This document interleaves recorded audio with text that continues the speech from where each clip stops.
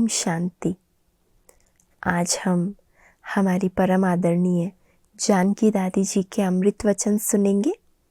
विशेष दादी जी ने बहुत सुंदर मधुर शिक्षाएं देते हुए हमें अपने ऊपर किन बातों का ध्यान देना है, किन किन पुरुषार्थ की बातों पर हमारा विशेष अटेंशन होना चाहिए, मम्मा बाबा को कैसे फॉलो करना है, हमारा चिंतन कैसे श्रेष्ठ बनाना है और अपनी दिल को कैसे बड़ा और रहम दिल बनाना है, वो सब दादी ने बताया। तो सुनते हैं दादी जानकी जी द्वारा मिली हुई मधुर शिक्षाएं।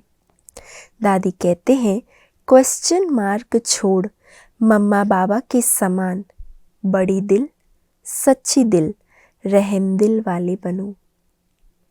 क्वेश्चन मार्क छोड़ मम्मा बाबा के समान बड़ी दिल, सच्ची दिल, रहम दिल वाले बनो। हम सभी के दिल से क्या निकलता है? शुक्रिया बाबा आपका। बाबा आपका जितना शुक्रिया माने उतना कम है। हमारे दिल से क्या निकलता है? बाबा आपका जितना भी शुक्रिया माने उतना कम है।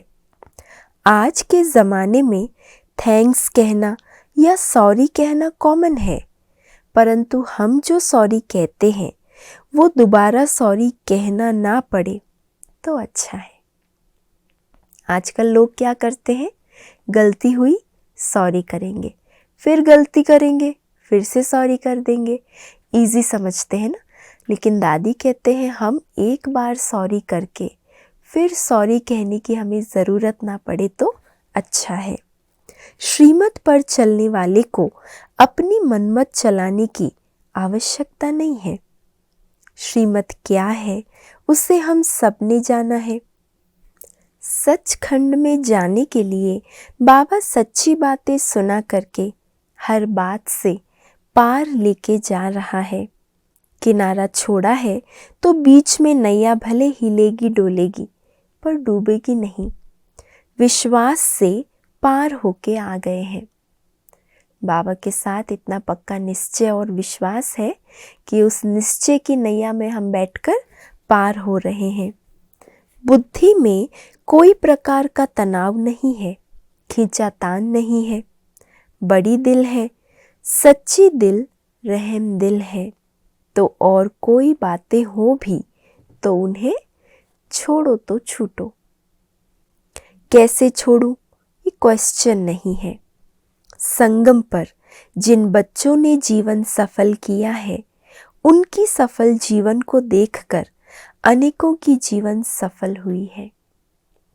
जो बच्चे स्वयं की जीवन सफल करते हैं, दादी कहते हैं उनके जीवन को देखकर अनेक लोग प्रेरणाएं लेते हैं और अपना जीवन भी सफल करते हैं। तो इसीलिए कोई प्रकार का क्वेश्चन नहीं हो, क्या करूं, कैसे करूं, ये सब नहीं। वह मम्मा बाबा के सिवाय और किसको नहीं देखते। जो सफल जीवन वाले बच्चे हैं, दादी कहते वो सिवाय मम्मा बाबा के और किसको नहीं देखते। अगर और किसी को देखेंगे तो क्यों और क्या का बड़ा चक्कर शुरू हो जाएगा। साक्षी होकर के देखो कि मम्मा बाबा ने ऐसे कभी क्यों क्या का शब्द मुख से बोला है। खुद ही खुद को साक्षी होके देखो कि जब मम्मा बाबा थे तो उन्होंने कभी जीवन में क्यों और क्या का शब्द यूज़ नहीं किया। कभी चेहरे से भी ऐसा दिखाई दिया है। इस बात में फॉलो करने वाली आत्माएं, अतीन्द्रिय सुख में झूलने वाली आत्माएं खुशी से हाँ जी, जी बाबा करती रहेगी। आत्मा को परमात्मा से सुख, शांति और शीतलता की डायरेक्ट प्राप्ति है, तो आत्माओं को अनुभव हो जाता है। कोई कितना भी प्रयत्न करे लेकिन उनकी यह लगन टूट नहीं सकती, छूट नहीं सकती है। उसमें एक तरफ विकर्म विनाश हुए तो आत्मा शुद्ध शांत हो जाती है। जितना जितना हम आगे बढ़ते जाते हैं, बाबा के साथ हमारा योग पावरफुल होता जाता है, तो आत्मा उतनी ही शुद्ध, शांत, निर्विकारी बनती जाती है। बाबा क्या सिखा रहा है वो हमारी सूरत में कहाँ तक आया है वो देखो। लक्ष्मी नारायण को वर्णे जैसी स्थिति है। जो यहाँ सुख शांति प्रेम संपन्न आत्मा बन जाए, ऐसे योगी अगर अभी हम बने हैं तो बाबा कहेंगे ये योगेश्वर है। तो अपने ऊपर ऐसी दया रहम करना अपने लिए सच्चाई है। इसके लिए क्यों क्या में नहीं आना, इससे टाइम वेस्ट हो जाता है। तुम अपना काम करो। क्या हुआ? कुछ नहीं हुआ। जो हुआ सो अच्छा हुआ। तुम तो अच्छा कर लो। जो हो रहा है अच्छा, जो हुआ वो भी अच्छा, और जो होगा वो भी अच्छा होगा। हम अपना तो पहले अच्छा कर ले। तो हर बात की बाबा हमको ऐसी बुद्धि दे रहा है जो करके सोचना नहीं है, और जो बाबा ने सिखाया है वो करना है। बाबा ने तो सब कुछ सिखाया है। चलना, बोलना, बैठना भी सिखाया है, मुस्कुराना भी सिखाया है। जोर से हंसने वाले भी बाबा को अच्छे नहीं लगते हैं, क्योंकि बाबा को दिव्यता बहुत पसंद है। तो बाबा कहते हैं जोर से हंसना ये दैवी मैनर्स नहीं है, इसीलिए मुस्कुराना है। ऐसी ऐसी भूलें भी ज्ञानी तो आत्मा के लिए शोभती नहीं है, इसीलिए अपनी बुद्धि को सोने के बर्तन समान स्वच्छ बनाना है। इतना अच्छा सच्चा सयाना समझदार बनना है। अच्छा सच्चा सयाना और समझदार खुद को बनाना है। और उसके लिए दादी ने क्या युक्ति बताई? क्यों क्या के सब प्रश्नों से स्वयं को मुक्त करो। जैसे मम्मा बाबा ने कभी मुख से ऐसे शब्द नहीं बोले, ना उनके चेहरे से कभी ऐसा भाव दिखाई दिया। सदा क्या याद रहे? जो हुआ वो अच्छा। हमें अच्छे से अच्छा पार्ट बजाना है, अपनी जीवन अच्छी बनानी है। तो जब ऐसा पुरुषार्थ करेंगे तो हम अच्छे सच्चे सयाने और बाबा के समझदार बच्चे बनेंगे।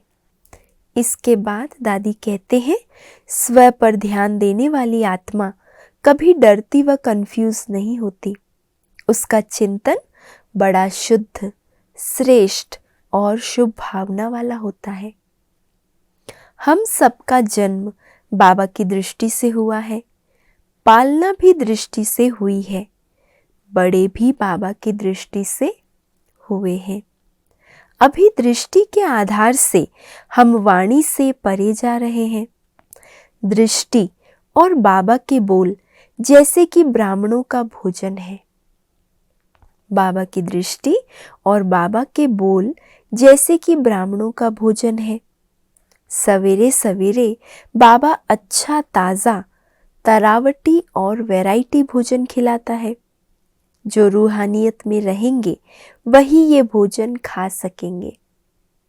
सुबह सुबह बाबा ज्ञान का भोजन खिलाता है ना, अच्छा ताज़ा तरावटी और वैरायटी भोजन। लेकिन लेने के लिए रूहानियत चाहिए। कौन सुना रहा है उसको देख करके खाएंगे तो अच्छी तरह से जल्दी हजम भी हो जाएगा। ये भोजन खाते हल्के हो जाएंगे। तो कितने भाग्यवान हैं। बचपन के दिन भुला न देना। ऐसे नहीं, सेवा में संबंध में ईश्वरीय बचपन भूल जाए, वो कभी न भूले।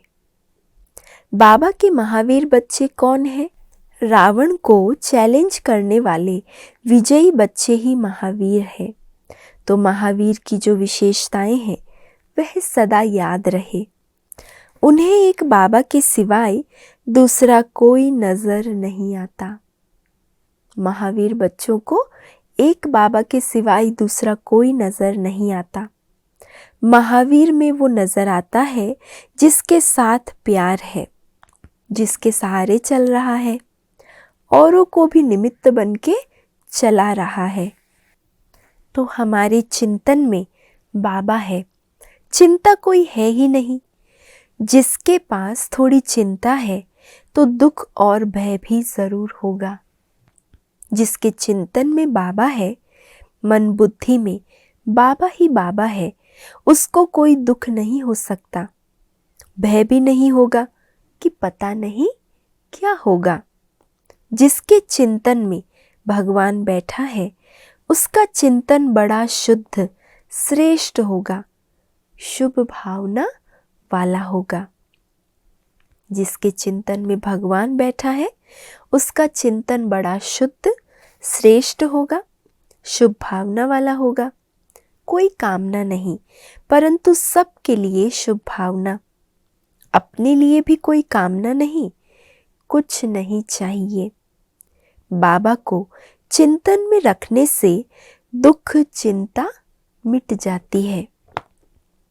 सुख, शांति, शीतलता स्वरूप में आ जाती है। तो प्रोटेक्शन किससे हुई? ईश्वर के चिंतन से। हम सबके लिए शुभ चिंतक है तो इंडिपेंडेंट है, निराधार है, बाबा की मदद है। लाठी लेकर के चलना नहीं पड़ता है। कभी हार की घड़ी आ नहीं सकती है, क्योंकि निश्चय का बल है तो विजय समाई पड़ी है ना। किसी का आधार लेने की ज़रूरत नहीं, लाठी पकड़ने की ज़रूरत नहीं, माना किसी पर डिपेंड नहीं, लेकिन एक बाबा सहारा है, निश्चय का बल है तो विजय समाई हुई है। स्व की स्थिति पर ध्यान रखने वाली आत्मा पर बाबा का बहुत ध्यान है। जिसका स्व पर ध्यान कम है और बातों में ध्यान बहुत है, तो सब बातों में वह बहुत होशियार है, लेकिन स्व पर ध्यान कितना % है? जो बाकी बातों पर ध्यान देंगे तो स्व पर ध्यान तो नहीं दे पाएंगे। तो दादी इसीलिए पूछ रहे हैं, और बातों में तो बहुत होशियार बन जाते हैं, लेकिन खुद पर कितना अटेंशन है? स्वयं की कमजोरी स्वयं में अभी तक है, तो समझो कि परमात्मा शक्ति काम नहीं कर रही है। औरों की जो नेगेटिविटी है वो हमारे ऊपर छाया की तरह वाइब्रेशन के रूप में अपना प्रभाव डाल रही है। हम कमज़ोर हैं तो औरों का प्रभाव हम पर पड़ रहा है, ये ध्यान देना पड़े। जिस कारण जल्दी घबरा जाते हैं, डरते या कभी कंफ्यूज होते रहते हैं। अगर निश्चय का बल है तो उससे कितने फायदे हैं, वह लिस्ट सामने रखो। जो निश्चय बुद्धि होगा वह तो कहेगा, अरे ये तो कुछ नहीं है, जितनी प्रारब्ध ऊंची है परीक्षाएं भी तो इतनी आएगी। निश्चय बुद्धि को क्या याद रहेगा, ये परीक्षाएं क्या है, इतनी ऊंची प्रारब्ध के आगे परीक्षाएं भी तो आएगी, नहीं तो पता कैसे चलेगा। इसीलिए बाबा कहते, मैं आशीर्वाद नहीं करता हूँ, सिर्फ राय पर चलो। बाप की राय पर चलने वाला बहादुर चाहिए। तो श्रीमत पर चलने वाला कभी मनमत नहीं चलाता। पहली बात, श्रीमत पर चलना पड़े। श्रीमत पर चलने के लिए बहादुर बनना पड़े, और जो श्रीमत पर चलते हैं वो कभी भी मनमत नहीं चलाते। बाबा के बच्चे पक्के सच्चे तब बनते हैं जब अपनी स्थिति पर ध्यान देते हैं, कभी हलचल में ना आए, अंदर से अचल अडोल एक रस स्थिति बनाने की तीव्र इच्छा हो। जब तक हमारे आंतरिक पुरुषार्थ की इच्छा नहीं होती तो हमारा पुरुषार्थ तेज नहीं हो सकता। तो दादी कहते, अंदर से हम स्वयं को अचल अडोल एक रस बनाने की तीव्र इच्छा रखें तो हमारे पुरुषार्थ की स्पीड भी तेज हो जाएगी। तो वह स्थिति स्व, सेवा और संबंध में काम करेगी। सेवा में हलचल होगी, मान अपमान होगा, हम चाहेंगे कुछ और, होगा कुछ और। संबंध में तू मैं आएगा, सेवा तो मेरा भाग्य है। संबंध में अंदर से सब मेरे भाई बहन हैं, हम एक बाबा के बच्चे हैं, ऐसा शुद्ध पावरफुल वायुमंडल बनाने की दृष्टिवृत्ति अगर मेरी है तो जैसे बाबा से मैंने सब कुछ पा लिया है। याद क्या रखे, सेवा में आते, संबंध में आते, ये सब मेरे भाई बहन हैं। सेवा करना मेरा भाग्य है। हम सब एक बाबा के बच्चे हैं।